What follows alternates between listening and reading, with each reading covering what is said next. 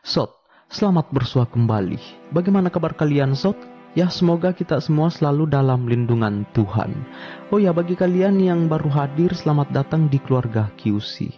Nah, pada pertemuan kali ini, Ceps akan menceritakan film Obsessed yang disutradarai oleh Steve Hill dan telah rilis pada tahun 2009.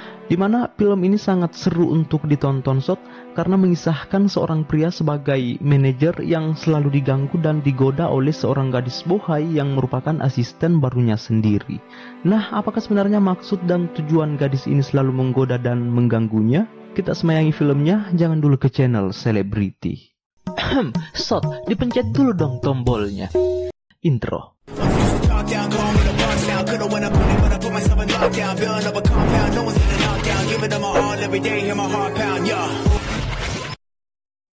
Pertama-tama, Sot, kita akan melihat sepasang keluarga yang sangat harmonis yang baru saja memasuki rumah baru mereka. Pada saat masuk menikmati suasana rumah, rasanya tidak lengkap jika tidak dibumbui dengan bercumbu mesra. Mereka pun melakukannya, sedangkan sang anak disimpan dulu di dalam kamar sendirian. Sepasang manusia ini, Sot, saya kasih nama Broom dan Angel. Setelahnya Broom berangkat ke kantor. Setibanya di sana, ia bertemu dengan seorang gadis bernama Yeyen. Si Yeyen ini merupakan pegawai baru di kantor tersebut. Setelah beberapa saat berdampingan, bawaan Yeyen terjatuh yang membuat adegan Indosiar pun ikut terlihat. Setelahnya Broom rapat bersama para rekan kerja, tetapi rapatnya tidak terlalu lancar akibat Yeyen memperlihatkan keseksiannya sejenak. Dengan hasil rapat barusan, keesokan harinya pun Yeyen ditempatkan sebagai asisten Broom itu sendiri. Di sini mereka saling kenal satu sama lain, sekaligus membahas pesta kantor yang sebentar lagi akan dilaksanakan. Di lain sisi, Tot, hal mengejutkan akan kita dengar sebab di sini Yeyen telah mengetahui hal-hal yang disukai oleh Broom tanpa mempertanyakannya sekalipun. Sehabis kerja, Broom menstabilkan lelahnya dengan menanam jagung bersama istri tercinta. Keesokan harinya Broom kembali bekerja. Pada saat masuk di ruangannya, ia terkejut melihat Yeyen menangis. Setelah Broom bertanya, "Hei, kenapa kamu menangis?" Ternyata Yeyen sedang merindukan mantannya dan Ceps sama sekali tidak tahu mantannya itu siapa dan bagaimana. Mendengar hal itu, Broom pun bermaksud menghibur Yeyen dengan mengeluarkan kata-kata keramat yang nantinya akan menjadi perkara bagi dirinya sendiri, Sot. Yaitu, seandainya saja saya belum menikah, pasti saya sudah berpacaran dengan kamu. Kini pesta kantor pun tiba, Sot. Broom terlebih dahulu datang, tak lama kemudian datang Yeyen dengan penampilan yang sangat eksotis, lalu menatap Broom dengan penuh maksud. Saat Broom tengah berjoget dengan kondisi sedikit mabuk, Yeyen pun mengajaknya untuk goyang bersama. Di sini Broom ke WC karena kebelet pengen pipis dan ternyata, Sot, Yeyen mengikutinya, lalu menggoda Broom untuk menanam jagungnya. Tetapi Broom menolak lalu pergi. Keesokan harinya saat Broom kembali bekerja, ia berpapasan dengan Yeyen dan anehnya, Sot, Yeyen terlihat santai seolah tidak terjadi apa-apa semalam. Nah, saat Broom ingin pulang ke rumah, tiba-tiba saja Yeyen langsung masuk ke dalam mobilnya untuk meminta maaf perihal semalam. Dengan jiwa kemanusiaan, Broom pun memaafkan Yeyen. Tetapi pada saat sudah dimaafkan, Yeyen malah kembali mengajak Broom untuk menanam jagung. Brengsek. Dan lagi-lagi Broom menolaknya dan malah menyuruh Yeyen untuk segera keluar dari mobilnya, lalu pergi. Keesokan harinya, Sot, di kantor, Broom berniat melaporkan Yeyen kepada atasan karena kehadirannya membuat dirinya tidak tenang. Tetapi sebelum melaporkan, orang ini berkata jika Yeyen sudah berhenti bekerja di kantor ini. Broom yang mendengar hal itu seketika bahagia, dan hari-harinya pun dijalani dengan kebahagiaan baik di rumah maupun di kantor. Singkat cerita, Sot, saat Broom pulang dari tempat kerja, ia melihat pesan masuk di emailnya lalu membukanya dan sangat terkejut karena pesan tersebut adalah pesan teror dari Yeyen. Bahkan di tempat kerja pun Broom terus-menerus diteror oleh Yeyen dan hal itu membuatnya mulai merasa panik. Di sini Broom pergi ke sebuah hotel bersama rekan kerjanya. Pada saat mereka asik ngobrol, tiba-tiba Broom menerima telepon dari Angel. Sembari menelpon, ternyata ia didatangi oleh sosok perempuan misterius yang ternyata adalah Yeyen.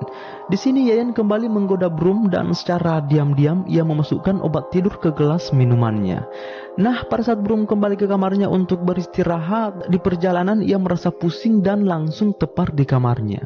Tak lama kemudian tiba-tiba datang Yeyen dan langsung langsung mencari jagung Broom untuk ditancapkan di anunya.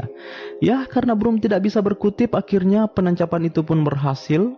Paginya Broom bangun sambil mengelus kepala botaknya dan langsung bergegas untuk melaksanakan rapat di hotel. Pada saat rapat berjalan, Yeyen lagi-lagi datang mengganggu Broom. Ya, karena Broom juga merupakan manusia biasa, kesabarannya pun habis dan mulai main kasar kepada Yeyen.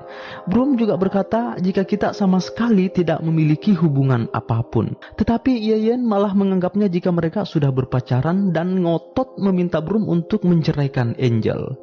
Setelahnya Broom kembali melaksanakan rapat dan setelah rapat selesai, ia kembali ke kamarnya dan terkejut melihat Yeyen sedang tidur dalam kondisi telanjang. Setelah ia cek, ternyata Yeyen sedang sekarat karena habis meminum obat-obatan. Ya, karena Broom adalah orang yang baik, ia pun membawa Yeyen ke rumah sakit. Di sisi lain Angel sedang khawatir karena tidak pernah mendapat kabar dari Broom. Akhirnya ia menelpon rekan kerjanya dan mendapat info jika Broom sedang di rumah sakit. Ia pun langsung mendatangi suaminya di sana.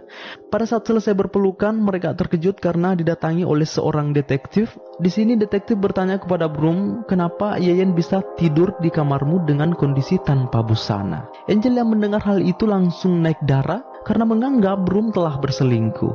Di sini detektif juga menduga jika Broom telah menjalin hubungan gelap dengan Yeyen. Angel pun semakin shock mendengar hal tersebut. Sementara Broom berusaha meyakinkan mereka jika Yeyen telah menjebaknya. Sayang sekali omongannya tidak dipercaya. Keesokan harinya Yeyen pun telah sadar dan langsung mempertanyakan keberadaan Broom kepada detektif. Tetapi detektif menjawab jika Broom tidak akan lagi berhubungan dengan kamu. Di waktu yang sama, ada seseorang yang mengirimkan bunga untuk Yeyen dan anehnya di bunga tersebut tertera nama si Broom. Yang pada akhirnya hal tersebut membuat detektif semakin percaya jika Broom dan Yeyen telah menjalin hubungan gelap. Dan nyatanya Broom sama sekali tidak pernah mengirimkan bunga untuk Yeyen. Di sini mulai terlihat jika Yeyen adalah psikopat cerdas. Di tempat lain, Broom dan Angel sedang dinner di sebuah restoran. Di sini Broom meminta maaf kepada Angel tentang kejadian tersebut dan meyakinkan Angel jika dirinya sama sekali tidak memiliki hubungan apapun dengan Yeyen. Di sisi lain ternyata Yeyen sedang mendatangi rumah mereka dan berhasil mengelabui pengasuhnya lalu naik ke atas untuk menuju kamar anaknya. Di sisi lain, Broom dan Angel sudah dalam perjalanan pulang ke rumah. Nah, pada saat telah sampai, mereka pun terkejut karena anaknya sudah hilang diculik Yeyen. Di sini Broom menyadari jika pelakunya pasti adalah Yeyen, lalu bergegas mencarinya. Tetapi pada saat masuk ke dalam mobil, ternyata anaknya ada di kursi belakang. Setelahnya mereka pun kembali ke kamar dan kembali terkejut karena Angel melihat fotonya telah disobek oleh si Yeyen. Keesokan harinya Broom berangkat ke kantor meninggalkan Angel sendirian di rumah. Berselang beberapa saat, Angel keluar rumah untuk membeli sesuatu. Ternyata Yeyen sedang mengintainya dari luar. Nah, pada saat Angel di perjalanan, seketika Yeyen langsung masuk ke rumahnya dan menuju ke kamar mereka untuk menabur bunga. Di sisi lain Angel yang telah pulang diam-diam menuju kamarnya karena mendengar sesuatu yang aneh. Pada saat membuka pintu, Angel sangat terkejut melihat Yeyen yang ada di dalam dan seolah-olah siap untuk berbulan madu dengan si Broom. Tak lama kemudian, Yeyen langsung menyerang Angel karena ingin membunuhnya, tetapi dengan tangguh Angel melawannya. Sehingga pertarungan sengit pun terjadi, hingga pada akhirnya Angel berhasil menjatuhkan Yeyen dari lantai atas yang membuatnya tewas di tempat. Di akhir cerita kini Broom dan Angel hidup tanpa teror, cerita Chaps pun selesai. Nah, apakah yang bisa kita petik dari film ini Tulis di kolom komentar. Selamat bersua kembali pada pertemuan selanjutnya.